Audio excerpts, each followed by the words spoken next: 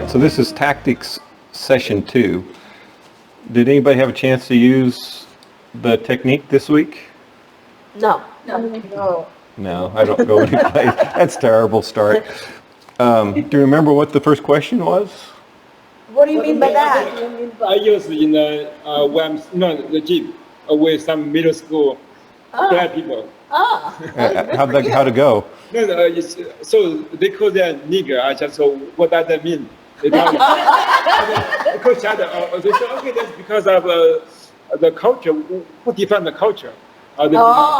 Basically, my point is you guys are brainwashed. Yeah, true statement. So, any thoughts on last week before we get started? After you had a chance to, we're going to go to the video first. I really liked it. So, I hadn't thought of it that way, but it makes a lot of sense.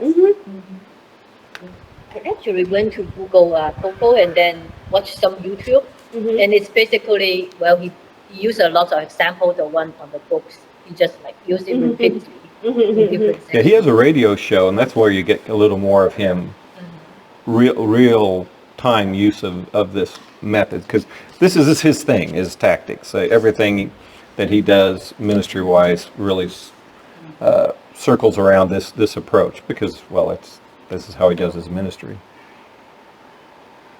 All right, so we'll just go ahead and play the video, and then we'll talk about it.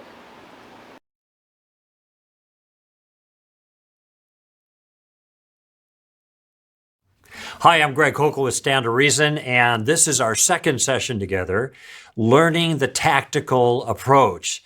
Let's take a few moments just to review what we covered last session. I think that'll be good for us. First of all, we talked about restoring a missing piece, the bridge, so to speak, from the content to the conversation. You have a lot of knowledge, you may have a lot of information. How do you get that into play? Okay. Secondly, we talked about the tactical approach kind of in general, the skill of maneuvering in conversations and how important it is to have that skill to be a good ambassador for Christ. Remember, we talked about an ambassador having knowledge, wisdom, and character, and the tactics are the tactical wisdom of maneuvering. That's what we're talking about right here. The third thing I did is I encourage you to reframe your own thinking about this whole enterprise. Instead of thinking about going for the gold and getting the person to sign on the dotted line, winning them to Christ in that particular engagement, I encourage you to think of yourself not as a harvester, but as a gardener. Okay? Since season of gardening is always necessary before there can be a harvest, probably most of us are gardeners, not really harvesters, and that's where we can do the best good. I know I'm a gardener, not a harvester, okay? Now, with that in mind, I also suggested modifying the goal of your conversations so you wouldn't be worrying about trying to close the deal. Rather, your goal is to do something else. You just want to try to put a stone in their shoe. That's what I said. You want to just get them thinking. You want to annoy them in a good way. You want to do a little bit of gardening because there's a whole team of other gardeners that can help along the way in this person's life. You're just looking to do a little bit. So in a certain sense, we're lowering our expectations of what we want to accomplish. And hopefully, in doing so, it will encourage us to get out more and be more active in engaging people for Christ, okay? Now, we talked also about the game plan that I promised that I'd give you that would allow you to converse with confidence in any situation, no matter how little you think you know, or how aggressive or knowledgeable or even obnoxious the other person may be.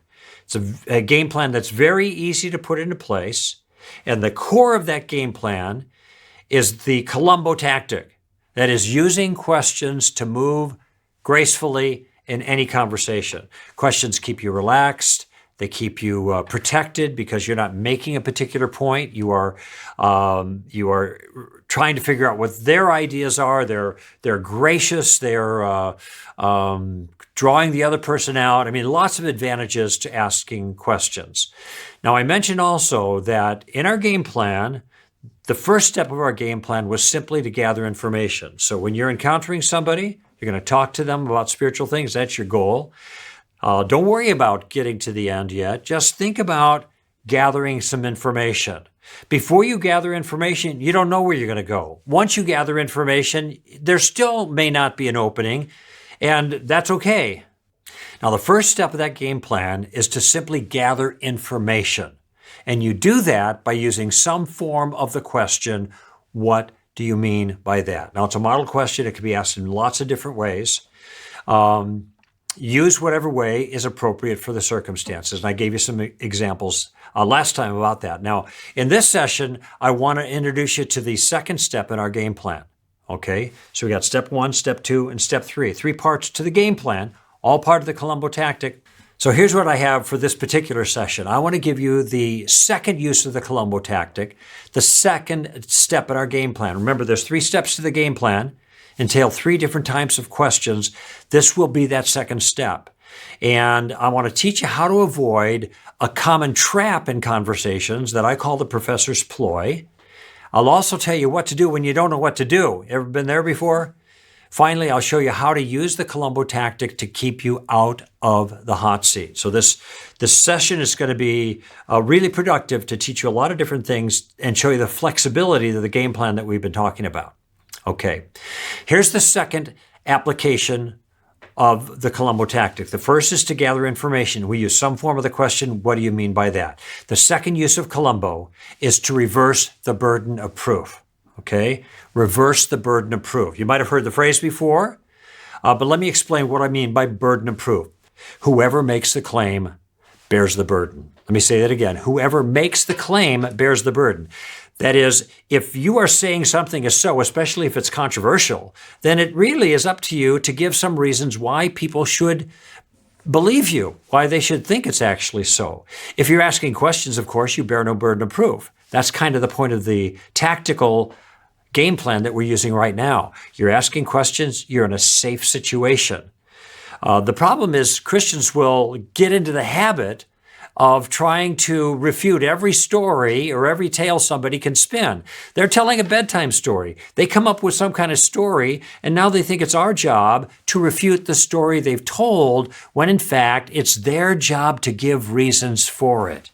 In the immortal words of Desi Arnaz, they got a lot of splaining to do themselves. And so we want to get them to do the splaining, if you will. We want them to give the rationale behind their point of view. So let me give you an example of what I'm talking about. I was on a radio show in Los Angeles many years ago, the CBS affiliate there in town called KFI. And this is the shock jock radio station. And they wanted to bring the weird Christian in to talk about God and to talk about creation over and against evolution. So I was glad to do that. After we talked for a little while, they had the callers call in and I started fielding calls. One of the callers started to raise the issue of the Big Bang against me. Now, I know there's a lot of controversy in Christian circles about the Big Bang. I understand that. But I think part of the problem is Christians don't realize how well the Big Bang fits into their own story. The point is they believe the Big Bang. Let's just work with that. So he's throwing the Big Bang in there, and I told him, I think the Big Bang works for me, not against me, because Big Bang needs a Big Banger. I mean, to put it simply. Now, he said, no, that's not necessary. You don't need a big banger to get a big bang. You can get something from nothing. And so then he went on to explain it. And here's what he had to say about that. He said, no, I don't think it is. That is, I don't think it isn't a good argument from the Big Bang for God. You don't need God. Because, he said, you could start with a base of nothing. And you could say that there was nothing but an infinite continuous moment. Until one tiny little insignificant thing happened, a point happened in the nothingness. Now that's the problem, isn't it? How do you get a point in the nothingness? Anyway, maybe because it was a really small point in his mind, it was easy to do. Anyway, he continued, that requires no intelligence, so no intelligent God had to intervene. All we need is a tiny imperfection in the perfect nothingness that expanded, became increasingly complex, and soon you had the galaxies and planets spinning out of this. Now, apparently his point of view was you start with nothing, and nothing is like a placid pond.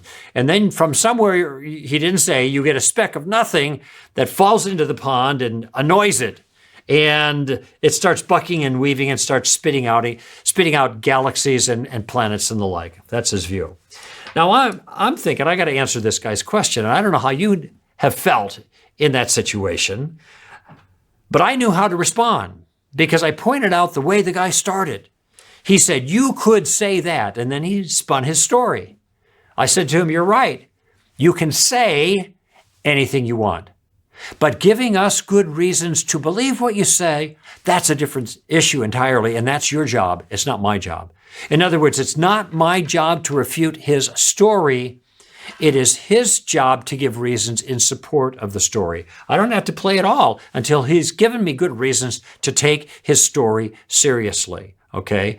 Think about it this way. You know what a gauntlet is, right? It's a medieval glove that knights would wear. What did it mean when you threw down the gauntlet?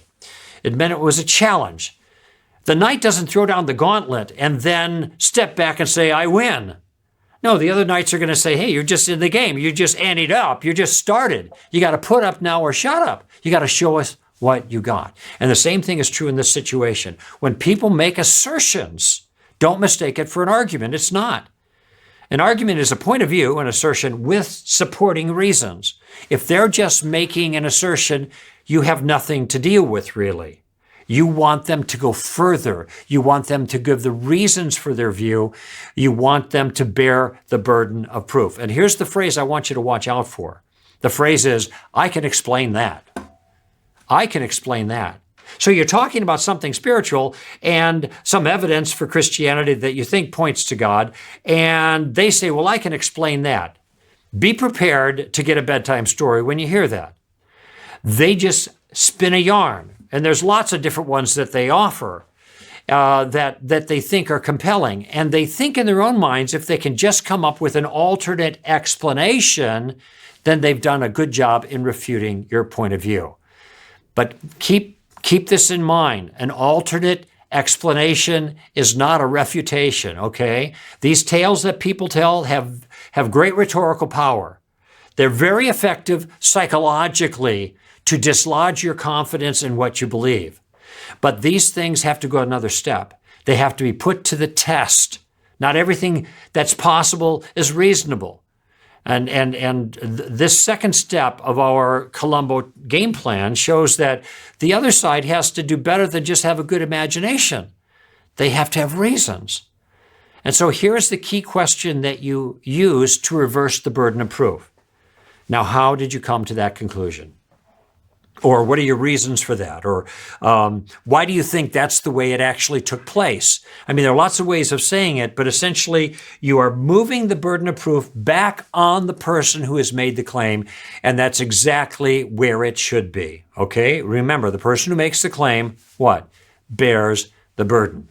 Let me give you some examples of this. It's not uncommon to run into people who say, well, Jesus was just a mere man who was exalted to the status of the Son of God, say at the Council of Nicaea in 325 or something like that. I mean, this is Dan Brown's argument in the well-known Da Vinci Code, okay? The first thing that I'm going to do is ask my first Columbo question. What do you mean by that? That is, I'm going to ask him to tell me more. How exactly did that take place? How do you think that worked itself out? And let him talk, okay? Once he's done talking, it's not over yet. It's not enough for him just to give me his point of view. I've got another question. And the question is, why is it that you think that's the way it actually happened? How do you know that really took place that way? Now, we have the details of the Council of Nicaea. We know what happened there, and of course, that isn't what happened there. But I want to put that on him. How about people who say, I was born a homosexual? Well, I'm going to ask him, how does he know that? What do you mean by that is basically the variation there. And he'll say, well, ever since I was a little child, I remember having these kinds of feelings, and I've never had any different kinds of feelings, so I must have been born that way. Now, I know as a matter of fact that there's not a single shred of scientific evidence to support that notion. There is no such thing as constitutional homosexuality, and I'll tell you, every single person in the industry, whether they're pro-homosexual or gay or not, all know the same thing. Homosexuality is not innate. You'll never hear it on CNN, but this is the fact of the matter. But let's just set that aside for a moment, okay?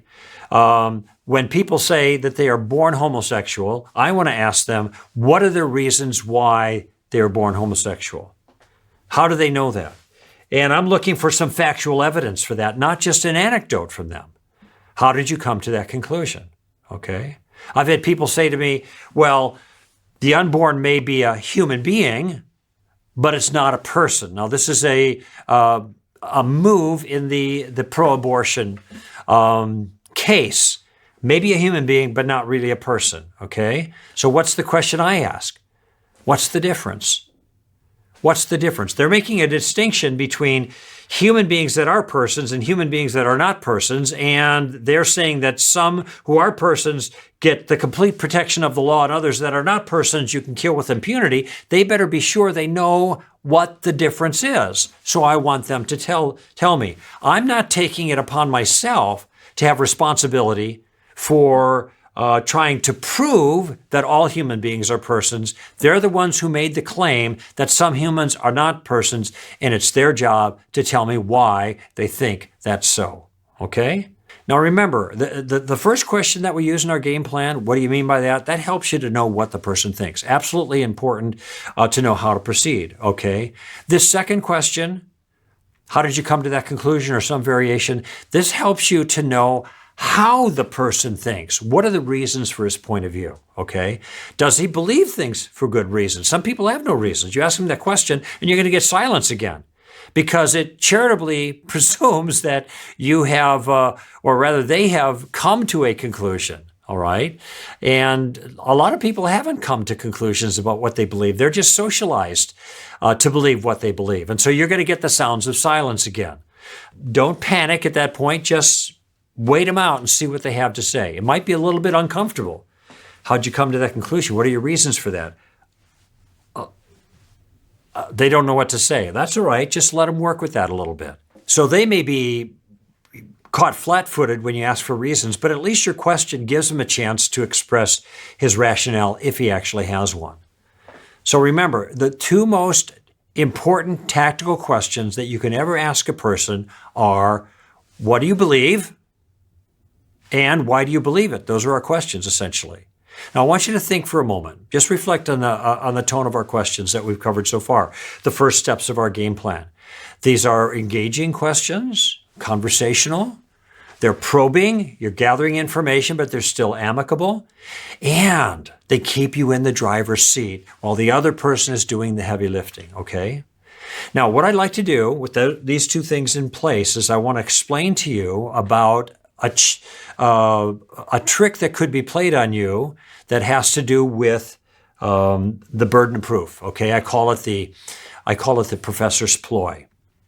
Let's say you're in university, and it's pretty common nowadays to be in a university classroom and have the professor bent on destroying the convictions of every Christian that's in his class. Sometimes they announce that at the beginning of the session. You're a Christian here, you won't be a Christian when I get done with you, okay? And then they take opportunity, even when it's not relevant or germane to the topic, to attack Christianity at every point. They might say things like, the Bible's just a bunch of fables, okay? Now, oftentimes you're going to have a Christian who's in a class like that, and they're not going to take this lying down. They're going to raise their hand, they're going to stand up, they're going to go after the professor, okay? Now, I think this is right-hearted, but I think it's wrong-headed because it violates a fundamental rule of engagement, which is this: never make a frontal assault on a superior force in an entrenched position, okay? This is just suicidal. The man with the microphone's got to win. And a professor in this situation always has the strategic advantage, and he knows it. So don't get into a power struggle when you're outgunned in a situation like that. Now, I'm not saying you should break off the conversation. I'm saying use your tactics instead. So if you were a student in a class and the professor says, the Bible's just a bunch of fables, I don't know what question might come to mind right about now that you might ask the professor. Right, what do you mean by that? And let him talk. Let him explain, give more detail about it. Fine. By the way, is that question a challenge? Is that question a head-to-head with the professor? No, this is what you're supposed to do. You're a student. You're asking questions. Okay, fine. So he explains it. Once he's explained what he means by that, I don't know, what other question might come to mind right now you could raise your hand and ask? How did you come to that conclusion? Right. Now, it might be, though, that the professor figures out what's going on. He realizes, there's the Christian there who's sandbagging, laying low, and he's going to call you out. And he might say something like, well, you must be one of those Christians who thinks the Bible's the Word of God, every jot and tittle. Well, look, I got a little extra time here. Why don't you stand up right now and explain to the rest of the class why you think the Bible's not a bunch of fables, but it's the inspired Word of God? Go ahead. Okay, now what has the professor just done? He's reversed the burden of proof on you now, if you're the student in that class. And why is that an illicit move under these circumstances? Because you have not made any claims. If you haven't made any claims and you're only asking questions, you don't bear any burden. The ploy here, the professor's ploy, is for him to make the claim and then to say essentially, you prove my claim wrong. Well, let me give you a piece of advice. Do not take the bait. Do not take responsibility to disprove another person's view before they have already given some evidence for it. They're making you do the hard work. Don't let them do that. Now, in that circumstance, you might say, well, Professor, you don't know what I believe. I might even agree with you, but I've never even said my point of view, so you don't know. I'm just trying to find out two things. I'm trying to find out what you believe and why you believe it. Unless you just want us all to take this on faith. No, you don't say that. I'm joking about that part.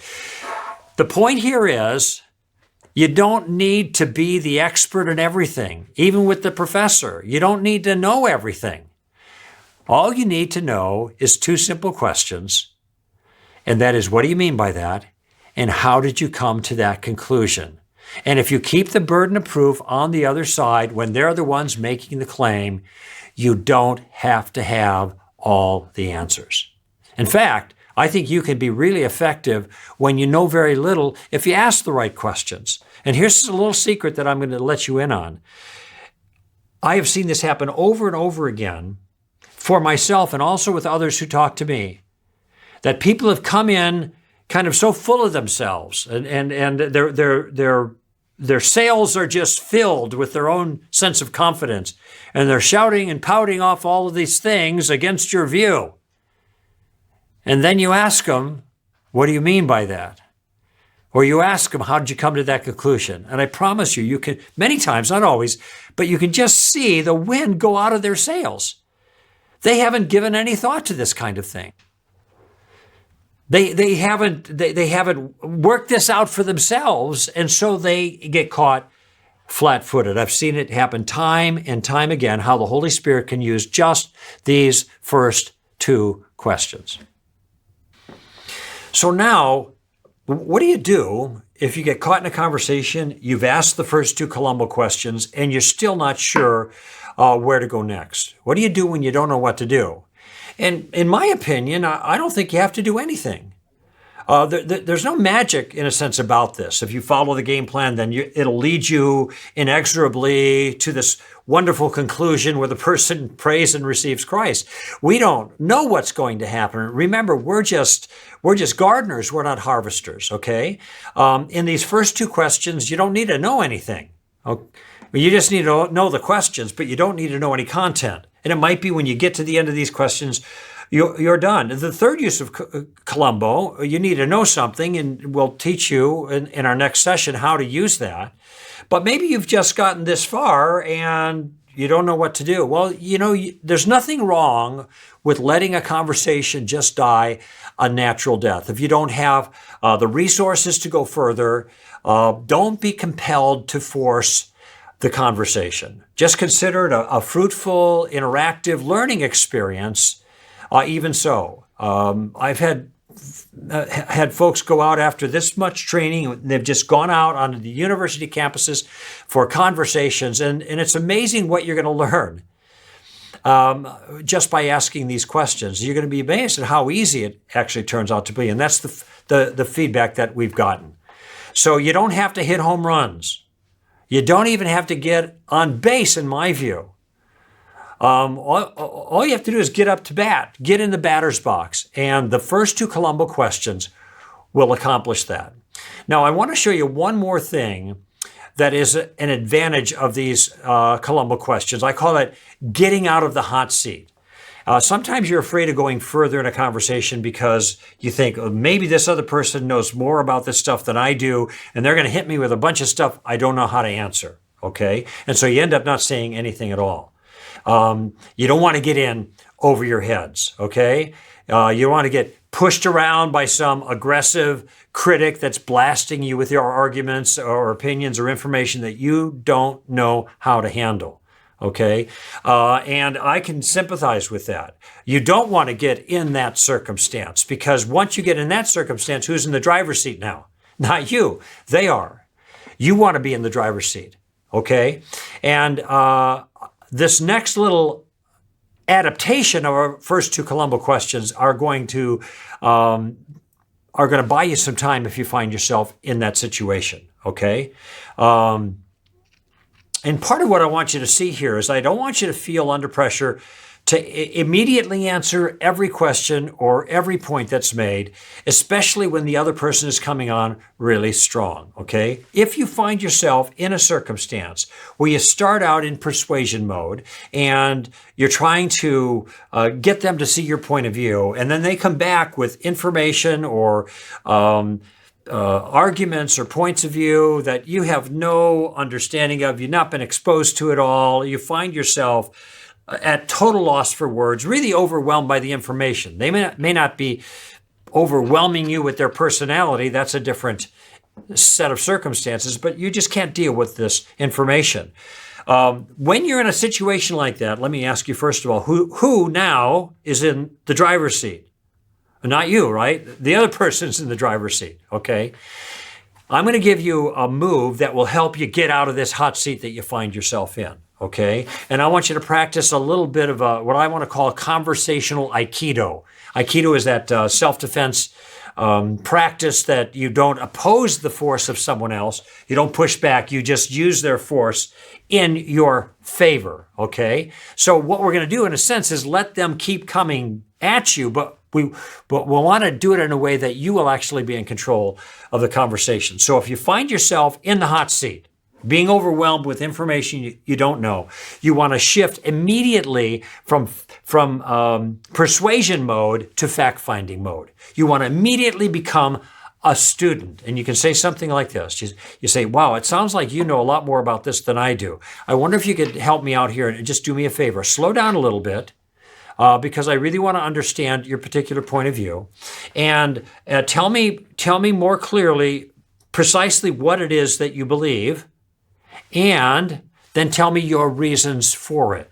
Okay, and I'll get a piece of paper out and maybe I'll take some notes because I want to get this right. Now, what you've done then is you've completely reversed the circumstances. Do you have any obligation to answer their challenge when they give it to you? No, you've already said, I'm the dummy. You're the smart person. I don't know what's going on. Give me an education. All right. And then they talk to you. They let you know what they believe and why they believe it. You might be taking some notes or at least making a mental note of it. And then you say to them, let me think about it. Let me think about it. Now, them's the magic words, and I'll tell you why. Because if you say, then let me think about it, do you have any obligation to answer the challenge? No, none at all. You're going to think about it, okay? So then what do? Well, you do what you said you're going to do. You think about it on your own, at your leisure, when the pressure is off. That's the best time to resolve these things. And you can go to websites, you can go to books, you can go to any other resources that you've used in the past to get information regarding that thing. Now that you got the point of view and the reasons for it, and you can work it out on your own. And then you'll be ready for the next time. The next time that person or some other person with the same thing comes up, you'll be ready to respond to that particular issue. And if you can respond to it by using questions to make your point, all the better. The key here is to get out of the hot seat, but still stay engaged and get yourself back in the driver's seat. Essentially, what you're saying to the person is, you want to beat me up? Okay. Just do it slowly and thoroughly, please. Now, is there anybody that you know yourself Even the most retiring, shy, bashful, skittish, timid, reserved, who cannot do this, who cannot say, "You want to beat me up? Okay, just do it slowly and thoroughly, please." No, anybody can do this. This is easy. This is easy. Now, you haven't won that person to Christ, but that's okay. That's not our goal. Our goal isn't to get them to sign on the dotted line. Our goal is to do a little gardening. And sometimes we find ourselves at a disadvantage, and then we have to maneuver tactically to stay in the driver's seat and make the best of the circumstance that we are disadvantaged in. And this is the way to do it. Those two questions, just the way I've described it. Remember, you don't have to swing for the fences. You don't even have to get on base. You just need to get in the batter's box, and these two questions will get you there. Get in the batter's box, use these questions, then watch and see what the Holy Spirit does. So that's the foundation. That's your game plan. Two questions. What do you mean by that? And how did you come to that conclusion? And with that, even though we've got lots more to talk about, I've already fulfilled my promise to you. Remember the first session? I said I was making a promise that I would give you a game plan that would allow you to converse with confidence in any situation, no matter how little you knew or how knowledgeable or aggressive or even obnoxious the other person happened to be. I've done that. If you remember these questions, you can talk to anybody. And if you forget everything from our session together, remember this. Take a tip from Lieutenant Columbo, always ask questions, right? So let's do a quick review of what we covered here in this session. First thing I did is I introduced you to the second use of the Columbo tactic, the second step of our game plan. I call it reversing the burden of proof. And remember the rule there. The one who makes the claim, right, bears the burden. No more free rides. We're not going to let people just say whatever they want and not have to account for it. And I taught you how to avoid a burden of proof trap that I called the professor's ploy. Never allow someone else to put you in the position of having to make the case when they are the ones who have made the claim, okay? It's his job to defend his own view with reasons or evidence. I talked about what to do when you don't know what to do. If you've gotten this far and you can't go any further, fine, let it die a natural death. Don't sweat it. Do what you can and let the rest go. There's no need to force the conversation, at least not in my view. And finally, I showed you how to use the Columbo tactic defensively to keep you out of the hot seat. And what I said was go immediately into student mode, take notes if you need to, and then invite the other person to tell you what he believes and why he believes it, and then tell him you'll think about it. And then think about it, okay? On your own time when the pressure is off. Now, in our next session, we will complete our game plan with the third use of Columbo. It's very, very powerful. And in the meantime, I want you to do some homework. This next week, I just want you to make some conversations with people. Make conversation using the question, what do you mean by that? Make conversations using the question, how'd you come to that conclusion? Again, we're just getting into the batter's box. We're not shooting any further than that. And then when you do that, you'll see what the Lord will do just with those two questions. See you next time. So what do you think? Very good. So, When there's silence on their part, do you just let that go, or? I guess it's simply for them to if I guess if they're completely silent, huh? Then there's like, yeah, what do you do? Well, I guess we can say like, well, I guess, I don't know. we're not trying to embarrass them. Yeah, I know. Okay, so if you got to be careful about pushing further because they've already No, I guess- embarrassed themselves. Yeah. When you get sounds, if you don't have a support for what you believe, it's pretty embarrassing. So you've already put them in a compromise. They haven't even thought of Why they believe what they believe.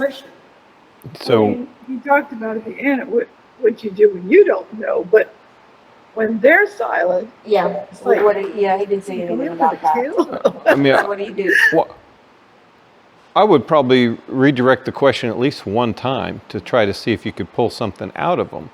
But I wouldn't give them a defense yet, unless you're prepared to well, let me share what I believe, then the burden of proof's on you. Right.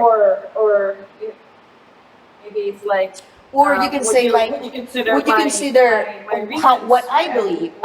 what yeah. I believe and Would you, if they're like, they don't know what to say or nothing to say, then would Are you you be open open to- to Maybe talking. talking another perspective, like what I believe, because that, I have a different perspective. Yeah, that makes sense. If they don't want to, then they're gonna say they like don't yes or want to, no. then- If they don't want to, then it's dead. that's That's the end of it. Well, Greg will get to that in a later session a little bit, and I know Frank Turk always talks about this too. He basically is, when you get to a certain point in the conversation, you have to determine if that person is reasonable or not. If they're not reasonable, there's no point going. So the question is, if you get sounds of silence and you try to redirect it and you still are not getting any feedback, it's no, well, no, then you can say, would you be willing to entertain a different perspective, or listen. or would you be willing to listen to a different perspective. and then you can lead them down a path a few notches. You don't want to go too far, because you want to see if they're going to listen to your evidence. Because if they're not going to listen to your evidence, you're just wasting your time. But at a certain point, you have to give them enough so you can say, so now what evidence would you believe that would make you agree with me? Now we have a conversation, I right? guess I've seen a lot that on Frank Turk's like Q&As, he would say it's like, are you open to like if certain evidence? That's like, what would you consider What do you if it's consider as reasonable evidence? And then if they say no, thank you. Yeah, you Next, don't even please, try. because there's no point. There's no point. It's one of those. It's like, would you change your mind if If I can I can prove give a reasonable proof. Right. It would be weird for them to just be silent and then. and they Yeah. would say no, I will still change my mind. So then Well, they're just frozen in time because they got nothing to say. I don't know that they won't say anything, but they have nothing to say, right? But yeah, you got to discern if they're reasonable or there's no real point, and that it's still. They have to tell you what they'll believe, and then I'm going to give you evidence to support what you said you would believe. And we're truth finders as Christians. I'm not scared of the truth. The truth. Oh, I've been wrong. again, if better evidence is presented. Yeah, better understanding, better. So yeah, so it's